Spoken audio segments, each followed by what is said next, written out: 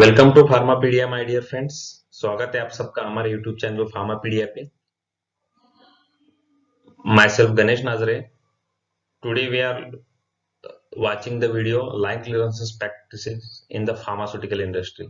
So this video of the line clearance practice in the pharmaceutical industry is applicable to both the industrial working professionals as well as those who are pursuing the pharmaceutical degrees in their colleges.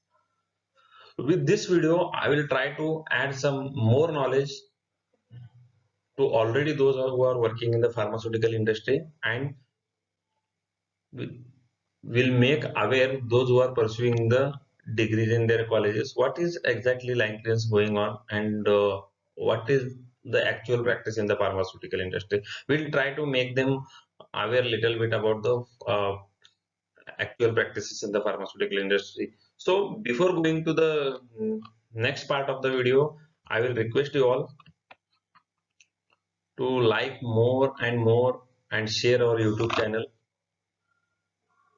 and also subscribe our YouTube channel, and don't forget to press the bell icon. So with this you can get the notifications whenever I will update new videos in our channel. So we'll move to the next part of the video and we'll see the agenda, how we are going through this entire video. The first part is the presenter introduction, second one is the basic flow of the pharmaceutical industry, third one is the discussion on the line clearance. That is our main topic. So we'll move with the presenter introduction.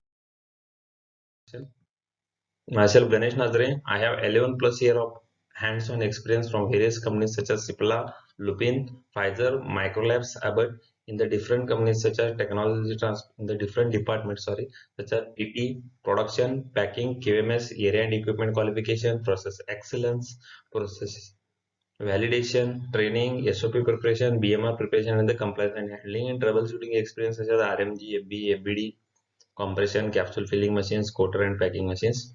Process experience of granulation, roll compaction, hot melt extrusion, compression, tablet coating, pallet coating, encapsulation, capsule band sealing, packaging, and track and trace coding. The pharmaceutical achievements I have done during my career, that is qualified in the drug inspector examination conducted by Karnataka Public Service Commission, received tablet manufacturing expert approval from Directorate of Food and Drug Administration Goa, also completed the Six Sigma Green Belt projects. Okay friends, so we'll move with second part of today's video, that is the basic flow of pharmaceutical industry. हम ये basic flow of the pharmaceutical industry या line के topic में क्यों discuss कर रहे हैं और तो बताता हूँ, और when I am explaining all this things you will get know कैसे फार्मास्यूटिकल कंपनी में एक product onset of generation of its requirement to patient के हाथ में कैसे पहुंचता है।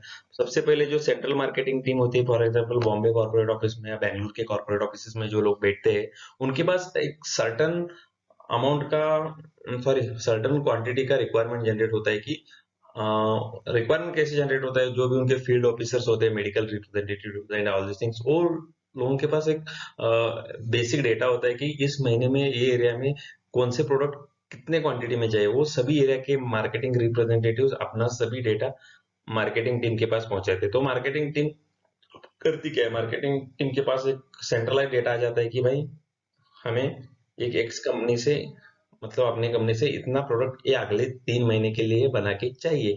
तो ये क्या करेंगे, ये marketing team supply chain management को बताएगी कि भाई अपने पास इतना इतना रिक्वायरमेंट है, इतना 3 महीने में चाहिए। तो सप्लाई चेन मैनेजमेंट का मेन रोल क्या होता है, सप्लाई चेन मैनेजमेंट का मेन रोल होता है मार्केट रिक्वायरमेंट जनरेट होने के बाद उतना टैबलेट बनाने के लिए कितना रॉ मटेरियल चाहिए, कितना पैकिंग मटेरियल चाहिए, और कितना कितना क्वांटिटी कौन सा साइट बना सकता है। क्योंकि हर एक कंपनी के 10 15 20 में भी 20 से ज्यादा भी मैन्युफैक्चरिंग साइट्स होते हैं, वो हर एक साइट्स को डिवाइड करके देते हैं कि भाई तुमको इस अगले 3 3 महीने में इतना इतना प्रोडक्ट बनाना है। समझो कि अभी साइट पे आ गया प्लान, समझो कि अभी गोवा साइट है, तो गोवा साइट पे समझो कि 10 मिलियन टैबलेट या 300 मिलियन टैबलेट चाहिए अगले 3 महीने के लिए। तो गोवा का जो प्लानिंग डिपार्टमेंट रहेगा और लोकल जो एससीएम रहेगा वो डिसाइड करेगा कि मैं रॉ मटेरियल कब तक पहुंचना चाहिए, पैकिंग मटेरियल कब तक पहुंचना चाहिए, packing material raw material release है कि नहीं, प्रोसेस कौन से स्टेज पे आ रहा है। ये डेली डिस्कशंस होंगे प्रोडक्शन के साथ मिलके।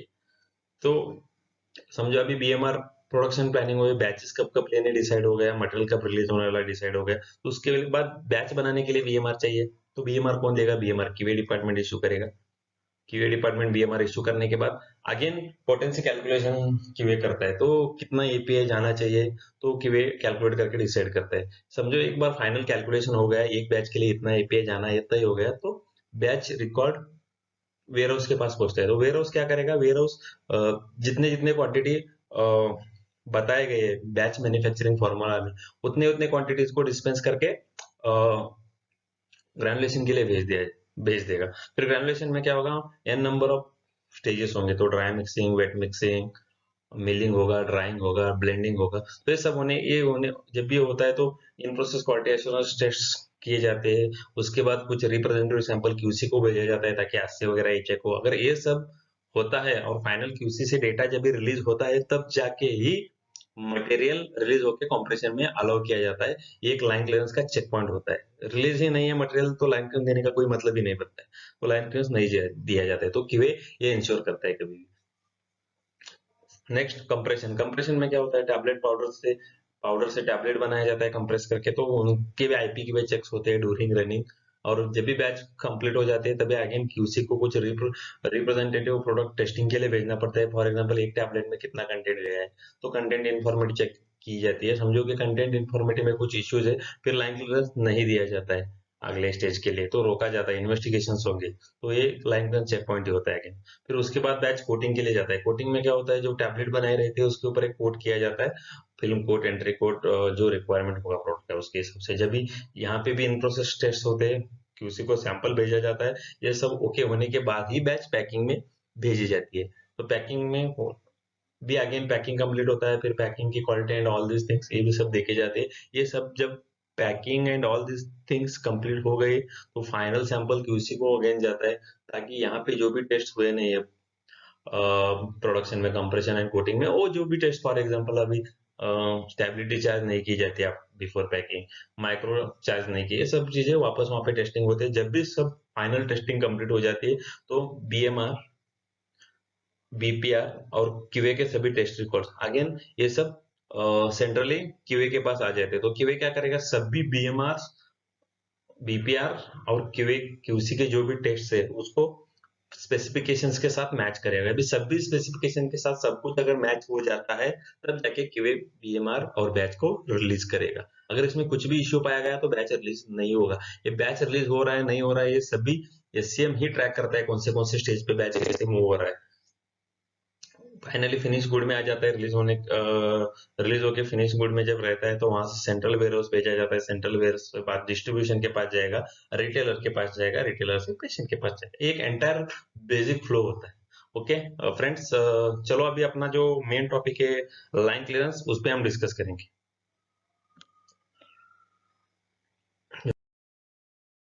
सी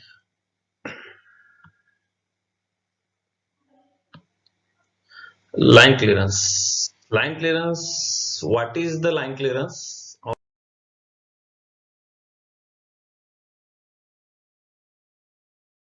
And what is the importance of it? क्यों चाहिए और क्या जरूरत क्या है इसकी?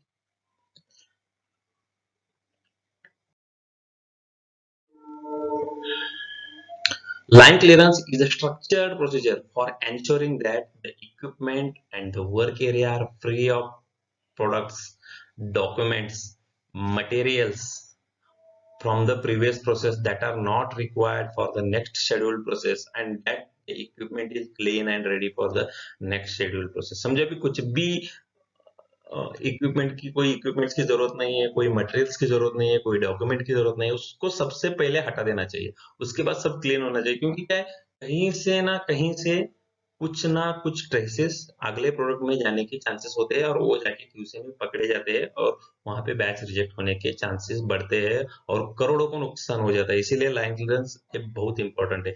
चलो देखते हैं क्या इंपॉर्टेंस है इसका, रिक्वायरमेंट क्या है।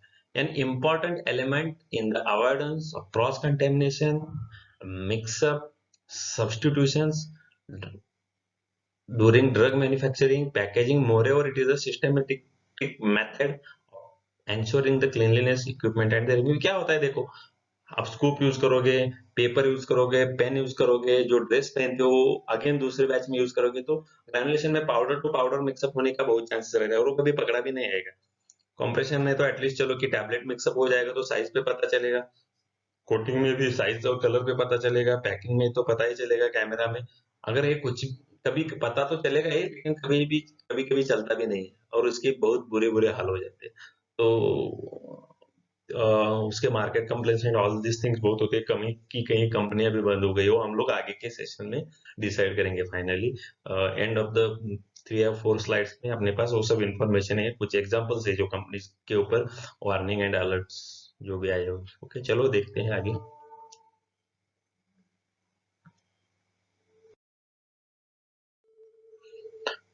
Logical flow of the line clearance procedure and glance on the line clearance check point. तो लॉजिकल फ्लो क्या होता है, प्रीवियस स्टेज रिलीज है कि नहीं सबसे पहले देखा जाता है। अगर प्रीवियस स्टेज रिलीज है तो ही प्रीवियस स्टेज के डॉक्यूमेंट्स बाहर के चेक किए जाते हैं। अगर समझो भी डॉक्यूमेंट्स प्रीवियस स्टेज के सही है और प्रीवियस स्टेज भी रिलीज, प्रीवियस स्टेज मतलब ग्रेजुलेशन अगर पास हो गया है और कॉम्प्रेशन में कोई तो बैच दूसरी हो गई और बैच सब के डॉक्यूमेंट्स कंप्लीट है, तो आगे जाके एनवायरनमेंट कंडीशन चेक की जाती है। एनवायरनमेंट कंडीशन चेक होने के बाद फिर एरिया का लेवल, इक्विपमेंट का स्टेटस लेवल सब चेक किया जाता है। उसके बाद verification and cleanliness of the area, equipment and it's components and absence of the previous product, ये सभी चेक किया जाता है।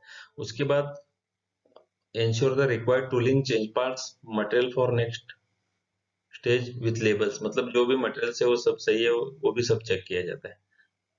उसके बाद फाइनली कैलिब्रेशन स्टेटस, ये हर एक चीज का एक इंपॉर्टेंस होता है। समझो कि अगर स्टेज प्रीवियस स्टेज रिलीजन नहीं है तो कोई मतलब ही नहीं बनता आगे प्रोसेस करके, क्योंकि कभी भी ग्रेजुलेशन में कुछ प्रॉब्लम होता है और आपने लाइन क्लियरेंस देके चालू किया, आगे जाके वही इश्यू बड़ा हो जाता है, कंप्रेशन में भुगतना पड़ता है। एटलीस्ट हम वहाँ पे ग्रेजुलेशन में उसको रिजॉल्व कर सकते हैं कुछ ना कुछ करके। इसलिए लाइन क्लियरेंस में चेक पॉइंट होता है कि बिना रिलीज के लाइन क्लियरेंस नहीं दिया जाए।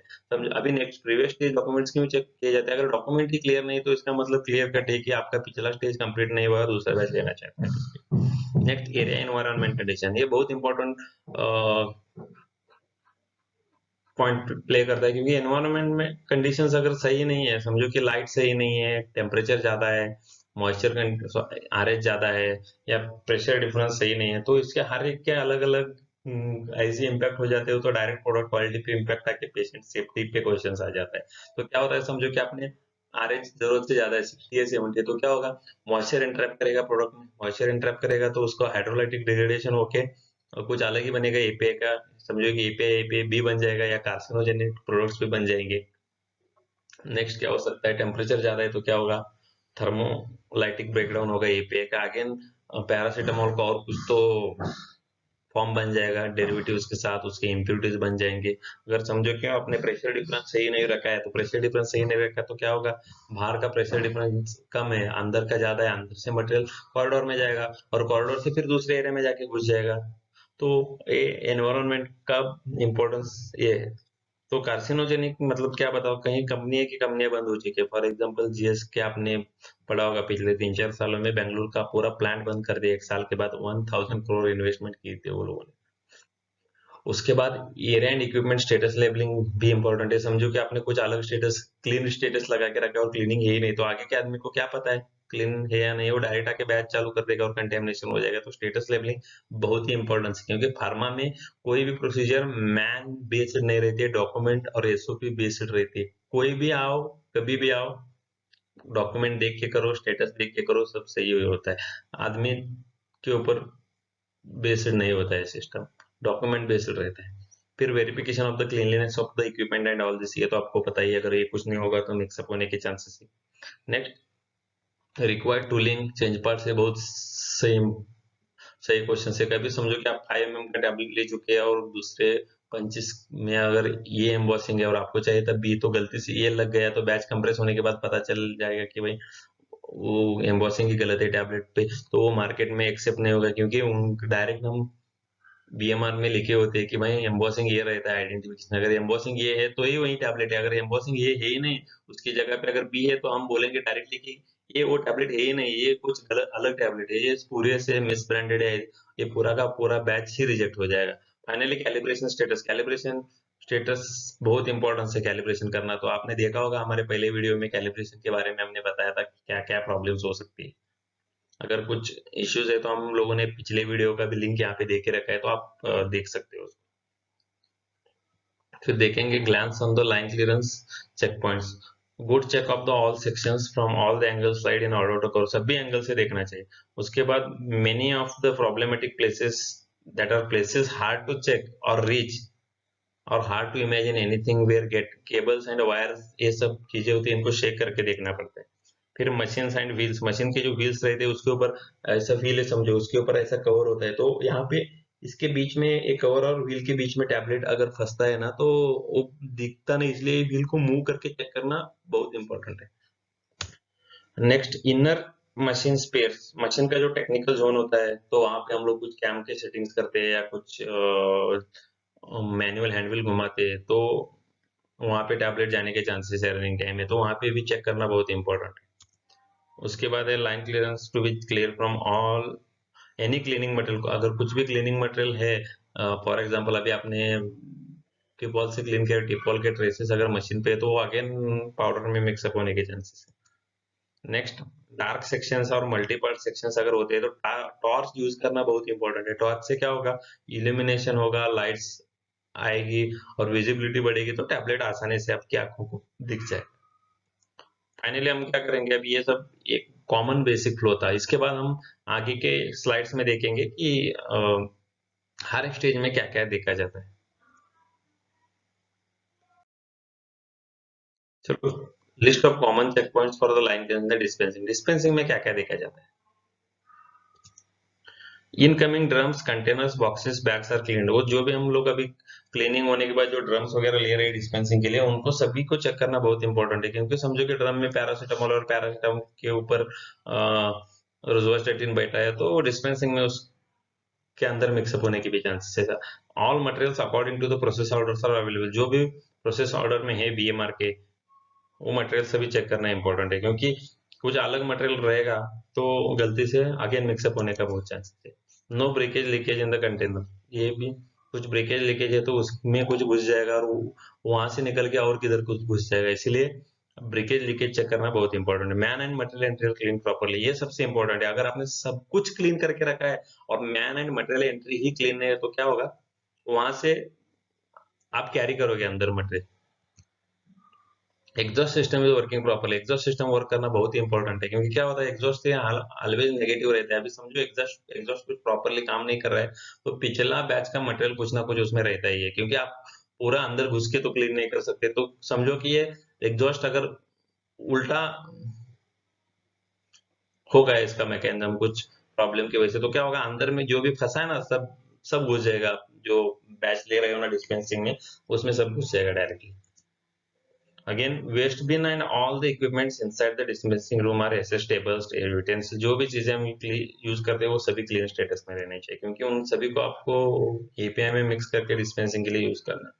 Potency calculation of the API and related excipients should be done properly in accordance with the formula specified and results of the COA। COA में जो भी रिजल्ट आएंगे एपी SA98 है। कभी कभी क्या होता है, ड्रम पे 98 लिखा है और एसएपी में अपडेट नहीं किया 99 है, तो वो कहाँ से लेगा, वो वो ड्रम से ले लेगा, कोई एसएपी से ले लेगा, हर कोई अपना अपना एक अलग फंडा बना के गलत कैलकुलेशन करके कम ज्यादा एपीआई जाएगा, और अगेन फाइनली अस्से में पता चला है कि भाई बैच में पे ही नहीं इतना कम है, तो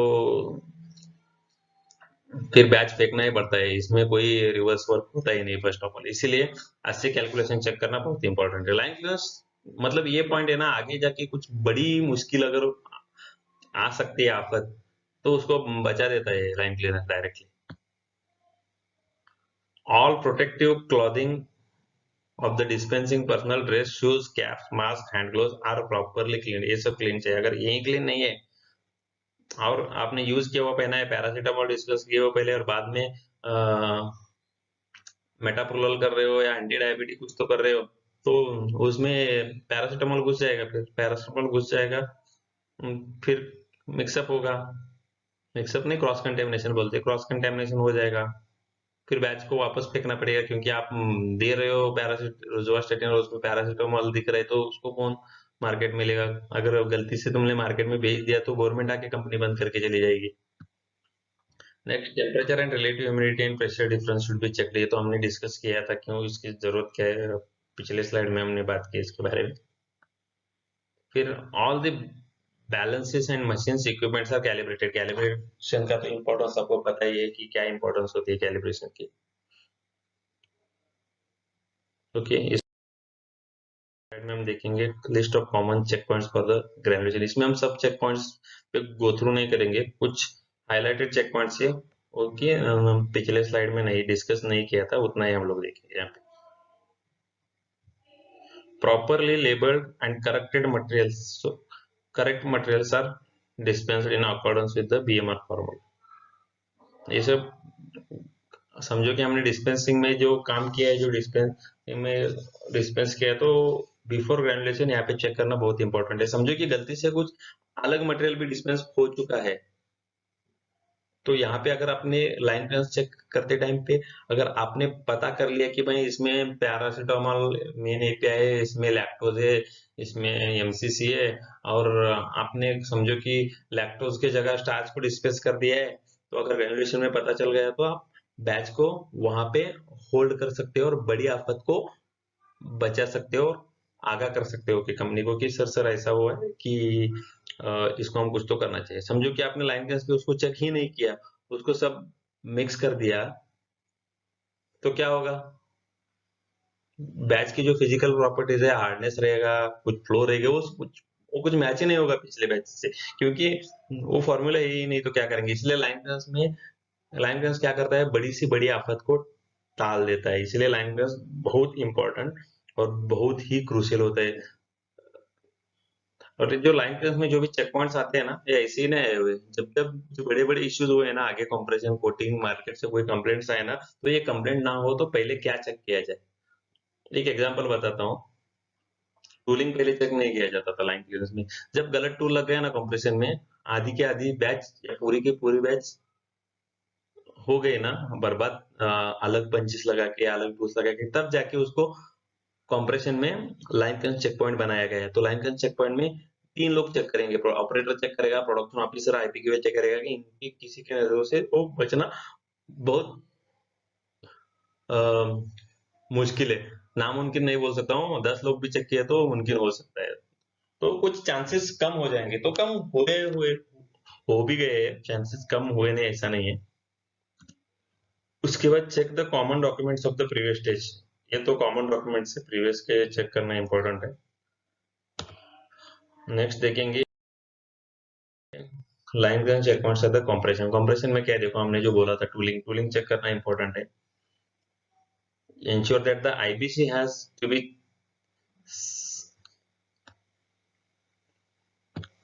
आईबीसी रहते हैं ना ग्रेजुलेशन में जो बंकर रहते हैं, उसको भी चेक करना बहुत इंपॉर्टेंट है। कभी क्या होता है, आपके 3 आईबीसी है सेम बैच के, और दूसरे भी सेम बैच के 3 आईपीसी है, तो क्या होगा, पहला आईपीसी बैच ए का लोड कर दोगे, दूसरा आईपीसी दूसरे बैच बैच बी का लोड कर दोगे, तो इससे क्या होगा, आगे बैच टू बैच मिक्सअप हो गया ना, तो ये भी अगेन कंप्रेशन के टाइम पे लाइन क्लियरेंस पॉइंट आएगा, क्योंकि कभी ना कभी ये मिक्सअप हो गया है, इसीलिए उसका कापा के जरिए सभी पॉइंट्स ऐड होते जा रहे हैं। कल जाके और कुछ भी हो सकता है, और एक पॉइंट आ जाएगा, इसको पता है। ऐसा भी हो सकता है कि हर आधे घंटे में जाके आईबीसी चेक करो लोड करने के बाद, क्योंकि कोई बीच में चेंज कर दिया तो क्या करोगे आप।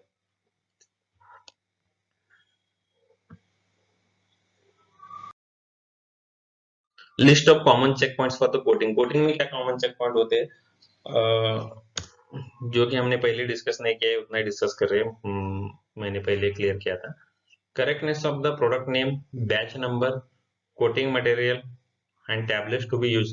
क्योंकि ये भी गलतियां बहुत हो चुकी है, क्योंकि कभी कभी क्या हुआ है, लोगों ने ऐसे टैबलेट्स पे कोट किया है, paracetamol and all this things, उस पे कभी कोटिंग नहीं होती है, तो क्या पता भाई, हमने ये बैच देख के रखा है और ऑपरेटर लोग हड़बड़ी में होती है कि भाई ये शिफ्ट में बैच खत्म करो, ये अनलोड करो, ये कोट करो, इसके बाद चेंज ओवर करो, तो हरी बरी में क्या होता है, तो लोग गलत बैच लेके आते हैं और लोड कर देते हैं, तो जिस बैच को कोटिंग नहीं होनी है ना, वो बैच को कोटिंग हो जाती है। तो टाइम पे पूरा का पूरा बैच ही फेंकना पड़ता है, कोई ऑप्शन ही नहीं रहता है कि कुछ रिवर्स कर सके या कुछ वर्क कर सके। तो इसलिए ये यहाँ पे चेक पॉइंट आ चुका है कि भाई कोटिंग मटेरियल सही है क्या देखो, बैच नंबर सही है क्या देखो, टैबलेट सही है क्या देखो, ये सब क्यूए के सामने ही चेक करके कोटिंग एरिया में लाके कोटिंग पैन में लोड करना है, ताकि कोई बड़ी आफत आने वाली है तो टल जाए।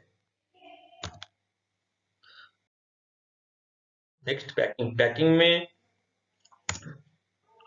Availability of material as per the packing order sheet and check the correctness as per the BPL. जो पैकिंग मटेरियल की समझो कि अभी पीवीसी पीवीडी से अलग अलग रहते हैं, समझो कि इसमें भी पीवीडीसी चाहिए ये मटेरियल के लिए, मॉइस्चर सेंसिटिव है, तो उस कंडीशन में समझो कि गलती से आपने पीवीसी लगा दिया तो क्या होगा, स्टेबिलिटी उसकी बनी नहीं रहेगी ना, जो आपने क्लेम किया है उतनी नहीं रहेगी, फिर स्टेबिलिटी लूज हो जाएगी।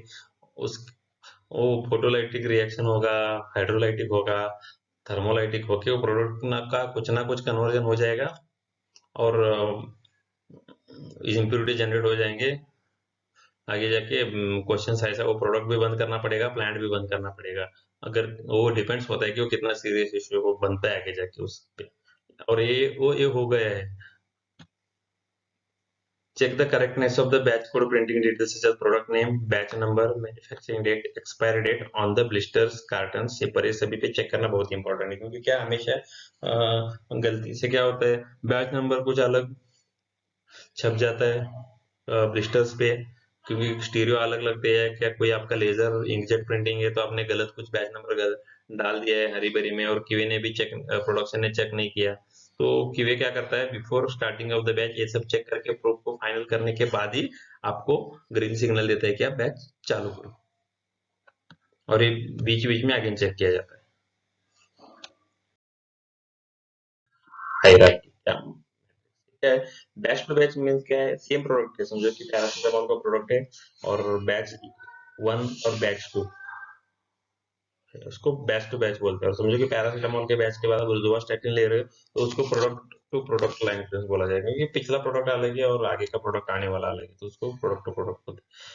तो अलग अलग टाइप के लोग लाइन डिफरेंस देते हैं हर एक स्टेज में, production officer one, production officer और के ऑफिसर। देखो डिस्पेंसिंग, ग्रेनुलेशन, कंप्रेशन और कोटिंग तक सिनारियो होता है कि बैच टू बैच में प्रोडक्शन वाले ही लाइन डिफरेंस देते हैं, ग्रेनुलेशन, कंप्रेशन और कोटिंग, और प्रोडक्ट टू प्रोडक्ट में क्यूए को इन्वॉल्व किया जाता है। अगर आप पैकिंग में जाओगे तो क्या होता है, बैच टू बैच में भी और प्रोडक्ट टू प्रोडक्ट दोनों में भी क्यूए का इन्वॉल्वमेंट होता है। क्यों ऐसा, क्यों, समझो कि सेम प्रोडक्ट है और उसके दो बैचेस है तो उसका बैच नंबर अलग रहेगा, उसका एक्सपायरी मैन्युफैक्चरिंग अलग रह सकता है, तो इसके लिए ब्लिस्टर मिक्सअप होने के चांसेस रहते हैं सेम प्रोडक्ट के डिफरेंट बैचेस के, तो यहाँ पे क्रिटिकलिटी बढ़ जाती है, तो इसके लिए क्यूए को इन्वॉल्व किया जाता है। नेक्स्ट देखेंगे कि what if the line clearance failure due to following reasons. समझो कि आपने line clearance is not done before start of the next, line clearance नहीं किया, in insufficient line clearance checkpoints in the checklist, untrained persons, failure in the line clearance SOP. We'll see all these consequences of line clearance failure in the next slide. क्या होता है हम देखें।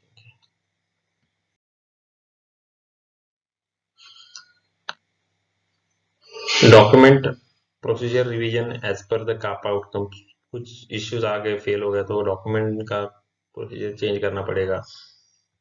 फिर regulatory audit non compliance आ जाएंगे, market में reputation खत्म हो जाएगी कि भाई ये बैच का मिक्सअप्स वगैरह बहुत होता है, एडवर्स पब्लिसिटी हो जाएगी इसकी। फिर termination of the employ, employ को जॉब छोड़ना पड़ेगा, कंपनी बंद करनी पड़ सकती है, क्रॉस कंटेमिनेशन हो सकता है, ये सबसे इंपॉर्टेंट हेल्थ हैजार्ड है। तो आगे के स्लाइड में हम देखेंगे कि क्रॉस कंटेमिनेशन के कॉन्सिक्वेंस क्या क्या हो सकते हैं, आगे के स्लाइड में हम डिस्कस करेंगे।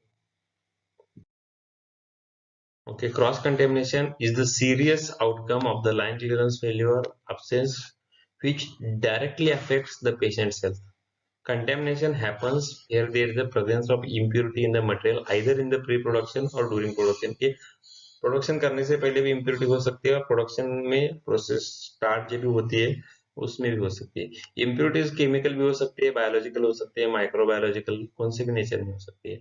Contamination can be caused by clothing से हो सकता है, इक्विपमेंट से हो सकता है, एचवैक फेलियर से हो सकता है, लाइक एग्जॉस्ट है, फिल्टर इंटीग्रिटी खराब हो गई, पीपल से हो सकता है, हार्मफुल बैक्टीरिया, कुछ इन्फेक्टेड आदमी है, कंटेमिनेशन प्रीमाइसिस से हो सकता है, अगर गलत सही जगह पे प्रीमाइसिस नहीं है, प्रोसेसिंग ऑपरेशन से हो सकते हैं, heat and all this things होने से, utility services, exhaust, H pressure difference, ये सभी जो भी हमने यहाँ पे रीजंस जो भी मेंशन किए हुए ना, सेम रीजंस हमने चेक पॉइंट्स में देखे हुए हैं पिछले। तो ये सब ना हो इसलिए चेक पॉइंट्स हर एक स्टेज पे प्लॉट किया गया है। चलो अभी देखते हैं, in addition to the serious adverse effect of the contamination on the companies, employees में आल्सो सफर। देखो कंपनी सफर नहीं करेगी, एम्प्लॉयज बहुत ज्यादा सफर करेगी। समझो कि कंपनी का कोई एक प्लांट बंद हो गया, चलो वो लोग एक प्लांट से सभी प्रोडक्ट को बाकी के 9 प्लांट में वो लोग मैन्युफैक्चरिंग करवा सकते हैं, लेकिन आपके पास जॉब एक ही अगर रिसोर्स है, समझो कि किसी ने घर वगैरह खरीद के रखा है, उसकी ईएमआई या लोन से, तो उस कंडीशन में एम्प्लॉय के ऊपर भी चार्जेस हो सकते हैं कि टेम्परली सस्पेंड हो सकता है एम्प्लॉय, उसके ऊपर इन्वेस्टिगेशन बैठ सकती है, loss of the income during the suspension loss हो सकता है, required to supply warning letters भी मिल सकते हैं, लीगल पेनल्टी भी मिल सकते हैं। समझो कि कोई मर गया है, आपने कंटेमिनेटेड टैबलेट बनाया और आप प्रूव हो गया कि आपके केयरलेसनेस या आपके नॉन कंपेटिबिलिटी या आपके गलती की वजह से बैच में कुछ गलत चीज होके वो पेशेंट तक पहुंच के पेशेंट की डेथ हो गई, तो आपके ऊपर लीगल पेनल्टी भी हो सकती है। have their employment suspended for a prolonged period or face the termination of the employee, ये सभी चीज एम्प्लॉय के ऊपर भी इम्पैक्ट इसका होता है। तो इसीलिए लाइन क्लियरेंस बहुत इंपॉर्टेंट है फार्मास्यूटिकल इंडस्ट्री में। चलो, these are the some potential health effects will be seen if in case any medicine is adulterated with the other constituent or the chemical biological entity apart from the drug formula। देखो teratogenic effect हो सकता है, कुछ गलत impurities आए तो teratogenic क्या होता है, disturb the development of the embryo of fetus, teratogens halt the pregnancy और produce the congenital malformation, birth defect. आपने देख सुना होगा 1938 आई थिंक, उस टाइम पे एक थैलिडोमाइड करके ड्रग था, उसका सही से क्लिनिकल ट्रायल्स और इफेक्ट्स चेक किए नहीं गए थे, उसकी इम्प्यूरिटीज क्या होती है, उसके एडवर्स के इफेक्ट्स क्या हो गए, तो उससे क्या हो गया, लाख हम लाखों नहीं बोल सकते, हजारों के आसपास बच्चे बर्थ डिफेक्ट के साथ पैदा होके बेचारे मतलब उनको डेथ प्रॉब्लम भी फेस करना पड़ा। फिर म्यूटाजेनिक इफेक्ट हो सकता है, जेनेटिक मटेरियल डीएनए को डैमेज करता है और ये सदियों तक मतलब इनहेरिटेंस के साथ चला जाता है, बच्चे के बच्चों को होगा, फिर बच्चे के बच्चों को होगा। तो आपने देखा होगा या सुना होगा इंटरनेट पे कि for example yo Bhopal Bhopal gas tragedy है, या आप ये हिरोशिमा नागासाकी, अब तक वो लोग भुगत रहे हैं जेनेटिक डिफॉर्मिटीज की वजह से। तो इतना खतरनाक होता है म्यूटाजेनिक इफेक्ट। उसके बाद कार्सिनोजेनिक,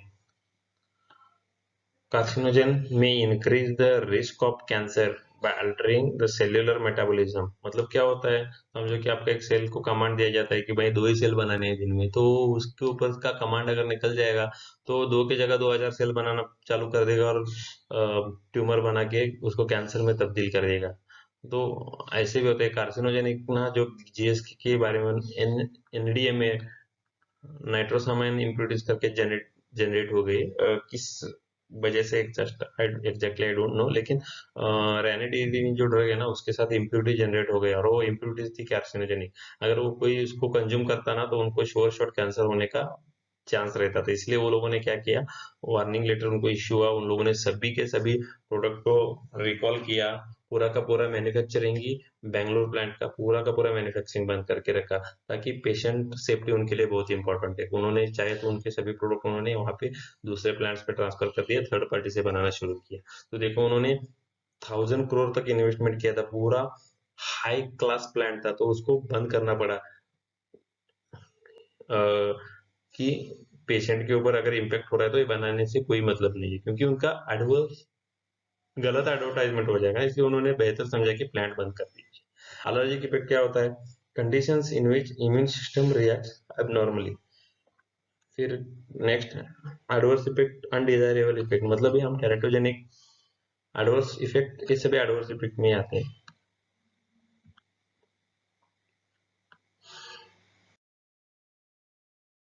चलो benefits of the line clearance. Line clearance से क्या क्या फायदे होते हैं? लाइन क्लियरेंस देने से क्या होता है?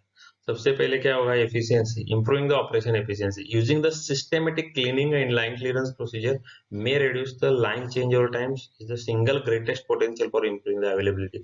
समझो कि आपको 8 घंटे में चेंज ओवर खत्म करना है और आपने लाइन क्लियरेंस में कुछ प्रॉब्लम हो गया और क्यूए ने पकड़ लिया और लाइन क्लियरेंस को फेल कर दिया, तो क्या होगा? इन्वेस्टिगेशन में, प्रिलिमिनरी इन्वेस्टिगेशन और डिसाइड करने में 4 घंटे निकल जाएंगे, ऊपर से क्लीन करने के लिए 8 घंटे, उसके बाद और एक बार चेक करने के लिए 1 घंटा। तो आपका 8 घंटे की जगह आपने 16 घंटे इस्तेमाल कर लिया, तो आपका प्रोडक्टिविटी भी लॉस हो गया।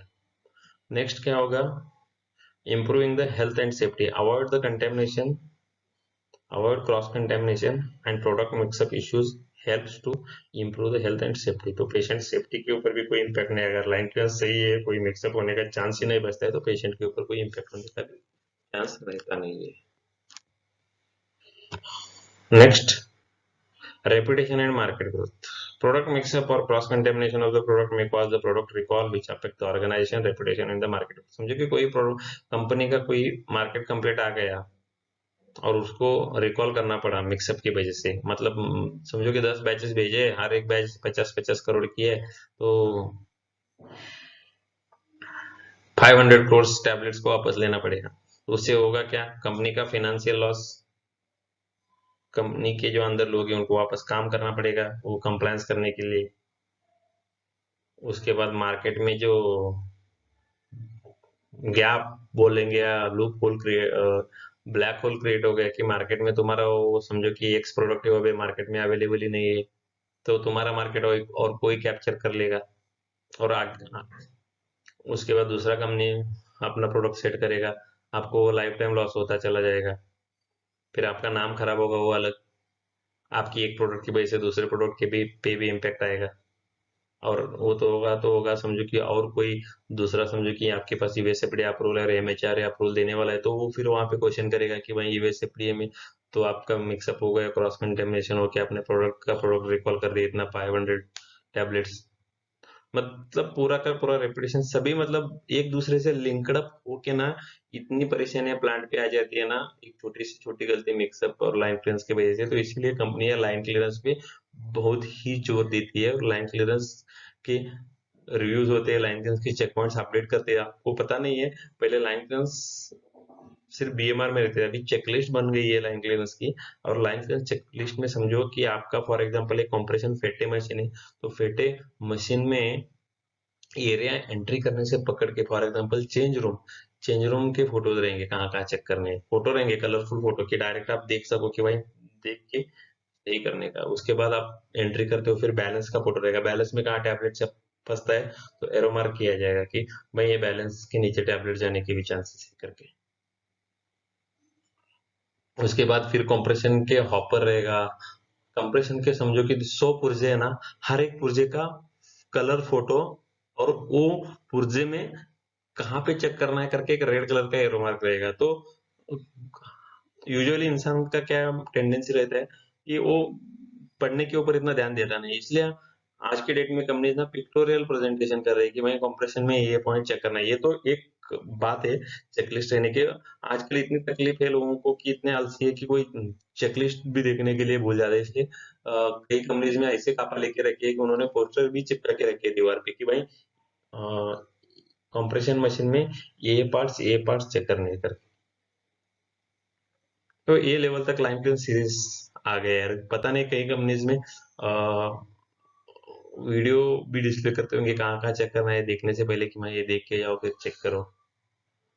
कई कंपनीज में सीसीटीवी कैमरे भी चेक किए जाते हैं कि लोग सही से सही पॉइंट चेक करके टिक करते हैं कि नहीं, चेक करके टिक करते हैं कि नहीं। ये लेवल पे भी वेरीफाई होता है लाइन क्लियरेंस। एक्चुअल में प्रैक्टिस में वैसे ही होता है, ऐसे ही सब एक साथ 10 पार्ट देखिए एक साथ टिक टिक टिक टिक करके भी वेरीफाई होता है। ये लेवल तक लाइन क्लियरेंस का अवेयरनेस है आज की डेट में। अभी देखेंगे in the next part we'll see the examples of the product recall and the warning letters due to cross contamination चलो देखते हैं one by one market complaints के कुछ एग्जांपल्स। सबसे पहले हम यहाँ पे देखेंगे फ्रेजनेस का भी issues a voluntary nationwide recall of the two lots of dexmedetomidine hydrochloride dexmedetomidine hydrochloride injection due to cross contamination of the lidocaine। ये कंपनी है फ्रेजनेस का भी, इन्होंने 2020 में रिकॉल किया है। ये यूएस की कंपनी है और ब्रांड नेम फ्रेजनेस का भी है इनका। क्यों रिकॉल किया? फ्रेजनेस का भी initiated the recall due to possibility of the trace amount of the lidocaine present in the two lots of the investigation indicates that this issue is limited to the two lots। पहले उनको मिला, investigation किया तो उसके बाद पता चला कि भाई दो ही लॉट्स में लिडोकेन मिक्सअप हो गया है। हाउ ये कैसे अफेक्ट करता है? Administration of dexmedetomidine hydrochloride containing trace amounts of lidocaine to the patients with lidocaine allergy would result in anaphylaxis, breathing problem आ सकता है, पोटेंशियली लाइफ थ्रेटनिंग कंडीशन भी हो सकती है। तो ये सीरियस इफेक्ट हो सकता है क्रॉस कंटेमिनेशन को, इसलिए रिकॉल करना पड़ा। Dexmedetomidine hydrochloride 0.9% sodium chloride injection is approved intravenous indicated for sedation of non intubated patient का मतलब जो भी नॉन इंट्यूबेटेड में जो ऑक्सीजन सप्लाई पे नहीं रहते तो उनके लिए प्रेस्क्राइब किया जाता है। तो उस कंडीशन में गया तो फिर लिडोकेन, ऑलरेडी वो लोग कोमा में रहे जैसे रहते हैं, लिडोकेन और उसको सीरियस करके रख देगा, ब्रीदिंग के एंड ऑल दिस इश्यूज होते रहे। नेक्स्ट एग्जांपल हम देखेंगे, Tara pharmaceuticals has announced voluntary recall of lamotrigine 100 mg tablets citing the cross contamination with small amount of another drug manufactured at the same facility। ये भी again 2020 में ही हुआ है। The cross contamination occurred with the enalapril maleate, a drug used for hypertension and the congestive heart failure। How it affects small children exposed to contaminated lamotrigine tablets could experience the serious complications। Additionally, enalapril maleate has shows increase the risk of the birth defects in the developing fetus, thus increasing the birth defects developing fetus, thus increasing the cause of concern for the pregnant woman taking the lamotrigine। अगर lamotrigine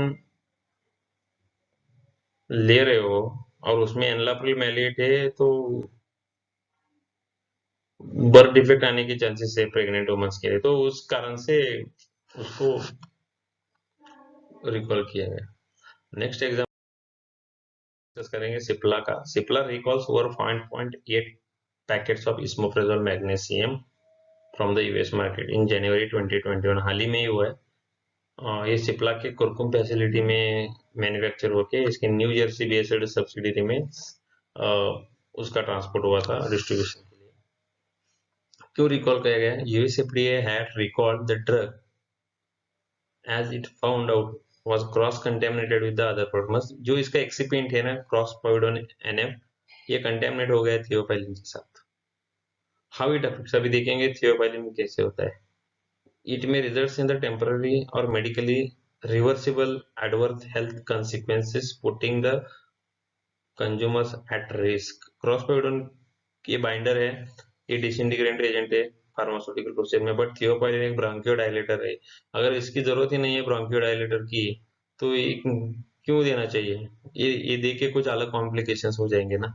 तो इससे contaminate हो गया है तो वो product miss branded spurious कहला जाता है, इसलिए उसको रिकॉल करना पड़ेगा। तो इसके बाद कितना गलत इम्पैक्ट पड़ा होगा, Cipla knows how it impacted their business and their financial conditions।